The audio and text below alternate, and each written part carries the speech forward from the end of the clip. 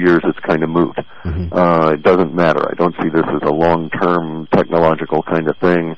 Let's take the idea, you're familiar with Terence McKenna? Yes.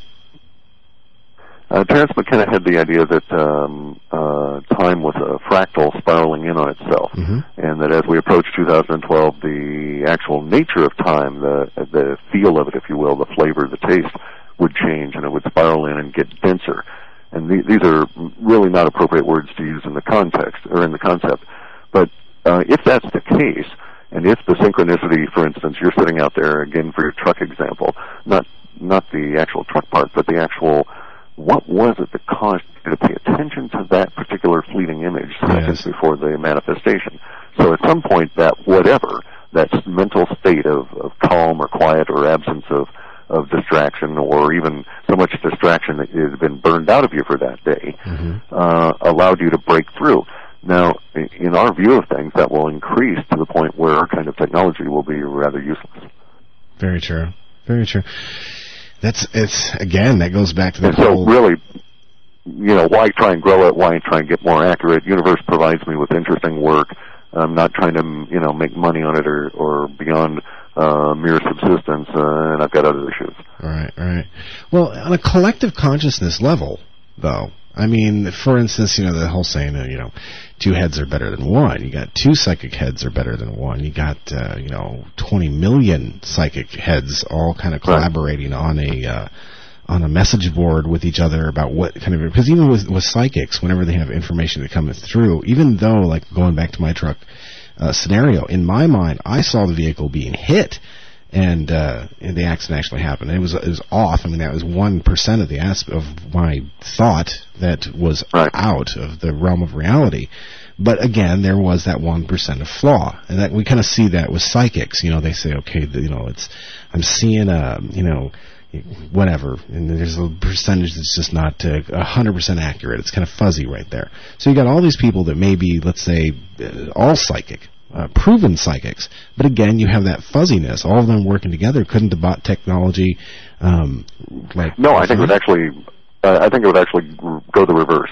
The problem is that in my understanding of it, and having done meditation for years and been a martial artist and so forth, I think it is the calmness, the absence of the intrusion of the mental noise that allows these things to be meaningful. And that what actually happened to you was something probably close to the following.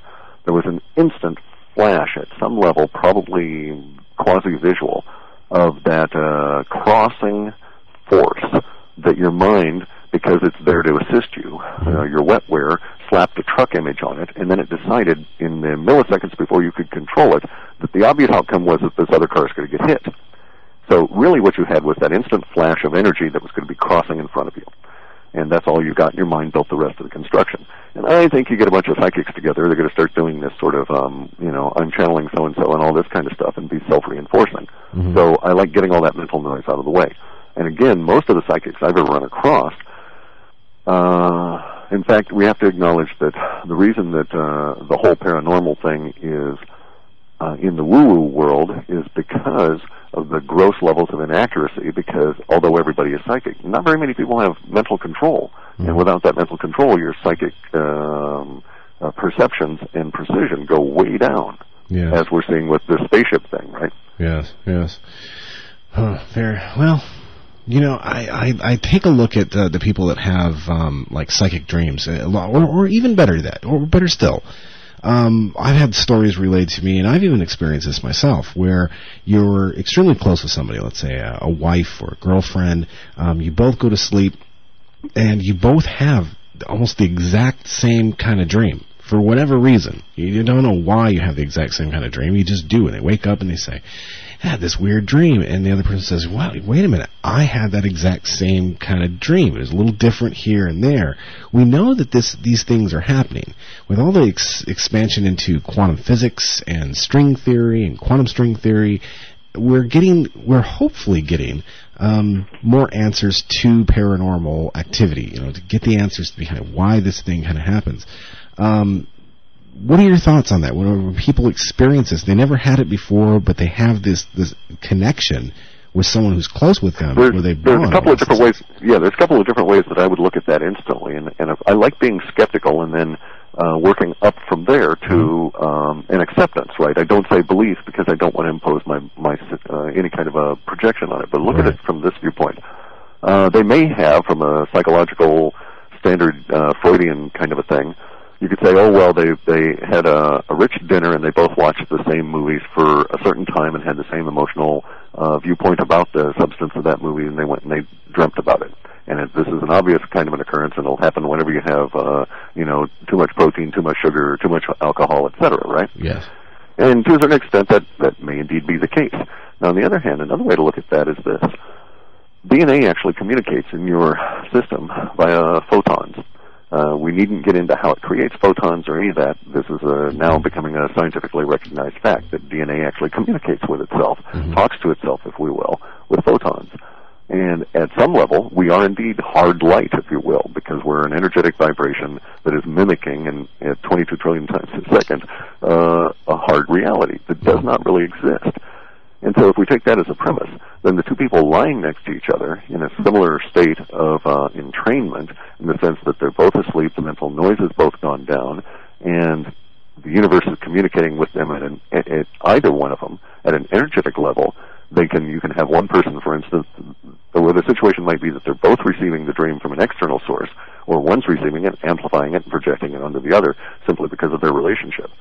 And I would accept that either of those is true. Either the psychiatric view of it is that, oh, well, they both saw the same movie, but on another level, I don't think universe produces junk either in DNA or experience. Universe provides us exactly what we need.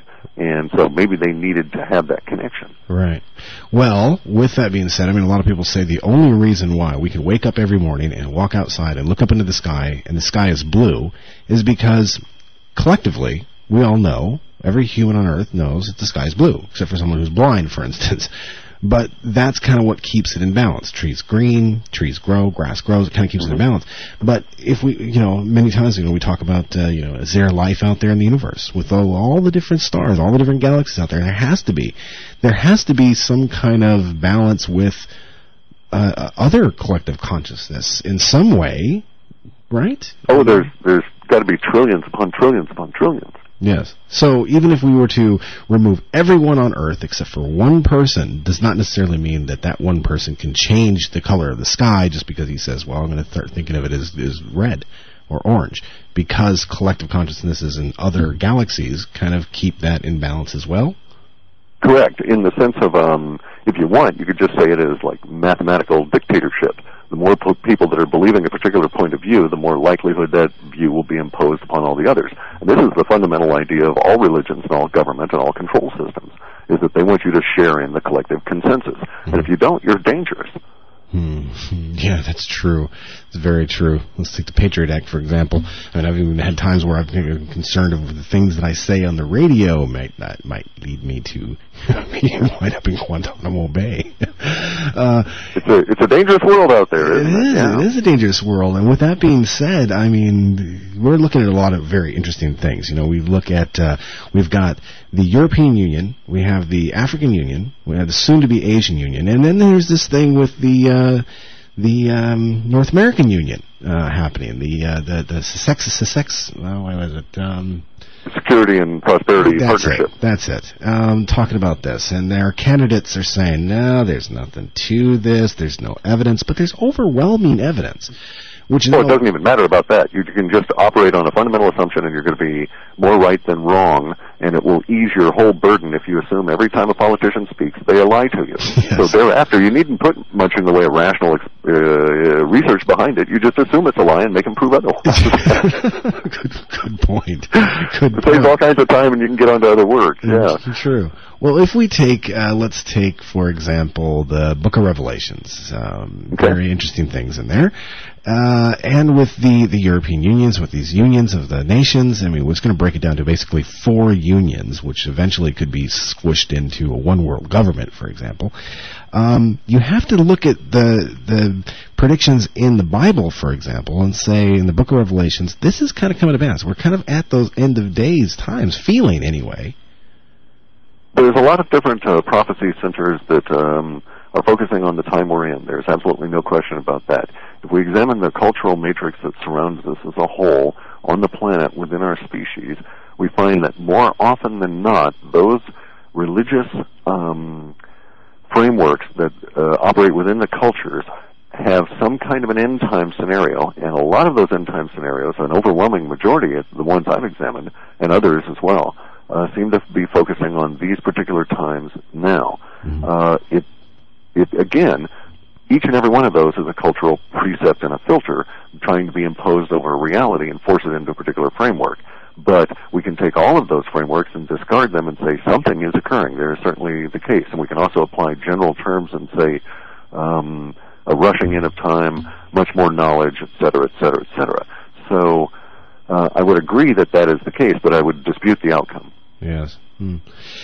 I'm, being in the position that I am, talking with a wide variety of different people about everything from government conspiracies to the UFO aspect to ghosts to you name it, spiritualism, you name it. It's very interesting sitting in this chair because I get to see a particular landscape that is put before me. Maybe my feelings on things kind of get in the way, so I don't see things clearly enough. But I can honestly say that as I look around the world right now, despite what is being shown to me on TV, despite what I'm reading in the magazines and newspapers, I can just see that we are headed into a very, very troubling time that doesn't seem all that good, boiling it down to normal Joe Schmo on the street. Increased activity would make it look more and more like we're a police state throughout the country, and it just doesn't look good, and it concerns me. And I start thinking about my future. What do I need to do? Now, if I was in your particular situation where you're getting all this data and you're doing these forecasts in a sense, you're seeing things kind of in a before they happen scale, you must be seeing kind of the same thing, aren't you? I would agree that we're basically on the same emotional wavelength. That in that sense we're in sync. Yes, and it can be very disturbing, extremely depressing, and I've gone through that. And hopefully, I'm burning it through my system and taking proactive steps to counter that. But it also, to a certain extent, such a wide view does allow you the perspective of being less shocked by what comes up and being more prepared. And that's why, George, you and I go out and we talk to entertaining fellows like yourself, and we say, oh, by the way, lash everything down. December 12th, you may get a big earthquake. If it doesn't happen, well, that's great. And if it does, you've got stuff lashed down and you're not injured. So, there are benefits to it. There's no question about that. And I'm sure that on a level of ethical risk, in the sense of karmic participation and harmonizing, the more of these ethical risks we take, the further out we get telling people, don't be disturbed, but for instance, they're trying to ram a one-world government down through you, and by the way, they're going to crash your economic system, and your 401k won't be worth much, et cetera, et cetera. It gets a lot of people riled up now, and then they kind of calm down a bit, and then when the actual thing happens, they've had a chance to digest it ahead of time, and they're not trapped in the shock and awe of it, standing like deer in headlights. Yes. Well, we even have a situation with our energy, and I've often thought about, what do I need to do here, where I am in my studio now here in Texas? What can I do to kind of free myself from the power companies and just try to make my environment as self-sufficient as possible because of the economic, future and everything else that's coming down the pike. Have you done something like that? Sure, I've got solar panels. Oh boy, I'm there's a lot of people around here that would say, oh, he's, the Mr. Natural Survivalist kind of guy, right? Yeah. I grind my own wheat. I've got a grow dome, a geodesic dome in the back that's 30 plus feet. I grow my own veggies. I've got building a nice little survival boat called a Sharpie, which is an American original design. Got solar panels, generators, diesel stored, the ability to grow food. I don't have 7 years of toilet paper, but probably somewhere in that range. But hey, I've read the stories. I'm old enough that I read the stories of people in the Navy in World War II, for instance, who knew there was going to be something coming before World War II broke out, and these guys stashed toilet paper. Every time they could, they requisitioned the stuff. And then when the war broke out, no one else could get it. They were golden. They could get any part for their boat they wanted. Yes. Use it as currency.